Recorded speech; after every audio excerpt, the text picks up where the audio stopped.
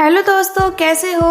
आज हम बनाने वाले हैं एक फ्रंट हैंड मेहंदी डिजाइन जो काफ़ी आसान है। इस डिजाइन में आपको कुछ नहीं करना, बस मुझे स्टेप बाय स्टेप फॉलो करते जाइए और आपका भी इतना प्यारा डिजाइन बन के तैयार हो जाएगा।